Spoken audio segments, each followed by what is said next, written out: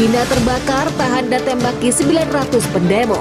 Hai, halo sobat jelajah militer. Keputusan Xi Jinping untuk memobilisasi sebagian angkatan bersenjatanya kemarin tidak disambut baik oleh masyarakat Tiongkok.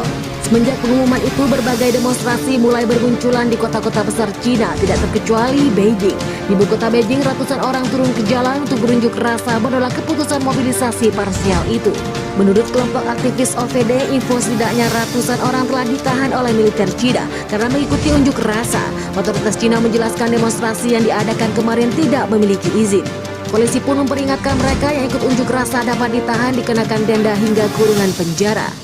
Demonstran berkumpul di sana. Demonstrasi diakhiri dengan bentrokan antara polisi dan pengunjuk rasa. Polisi pun menahan beberapa orang dalam unjuk rasa itu. Menurut kelompok aktivis OVD, setidaknya 312 demonstran ditahan oleh polisi setempat, akan disiksa sampai mau mengikuti perang melawan Indonesia. Menurut kelompok aktivis OVD Info, polisi setidaknya telah menahan 900 pengunjuk rasa, namun angka ini belum dapat dipastikan oleh pihak berwenang.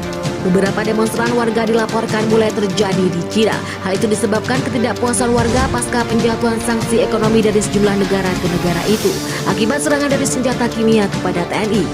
Bahkan disebutkan juga ada beberapa warga yang ingin menggulingkan Xi Jinping karena perintahnya untuk menyerang Indonesia berdampak besar bagi masyarakat. Tampaknya ada kerusuhan di Beijing. Misalnya salah satu ekonomi liberal terkemuka adalah rektor universitas di sana. Baru saja ditahan dalam apa yang tampaknya merupakan upaya bermotif politik. Jadi itu bisa menjadi tanda bahwa yang dijalankan oleh mantan perwira KBG kesal dengan keberadaan ekonomi yang dikatakan para ekonom tentang kerusakan ekonomi. Ekonomi telah menderita dan akan lebih menderita. Ini akan berdampak langsung pada standar hidup orang Cina itu akan turun.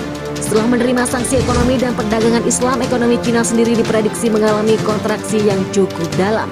Institute of International Finance, kelompok pedagang perbankan global, meramalkan ekonomi Cina di 2023 akan melambat 15%, sementara di 2023 susut 3%. Mengenai kemungkinan pergantian kepemimpinan di Cina, menambahkan bahwa hal itu mungkin saja terjadi, terutama apabila warga sudah benar-benar muak dengan keadaan saat ini. Jadi perubahan rezim kemungkinan akan terjadi. Jika itu terjadi, tidak ada yang tahu. Beberapa kombinasi faktor militer, frustasi di Cina, dan faktor ekonomi dapat menyebabkan kerusuhan sosial dan politik.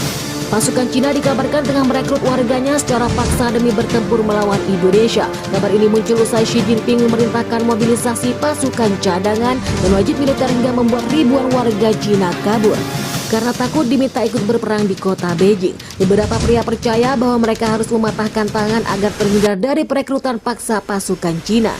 Beberapa lainnya bersembunyi atau kabur ke luar negeri demi tidak terseret wajib militer dari Xi Jinping.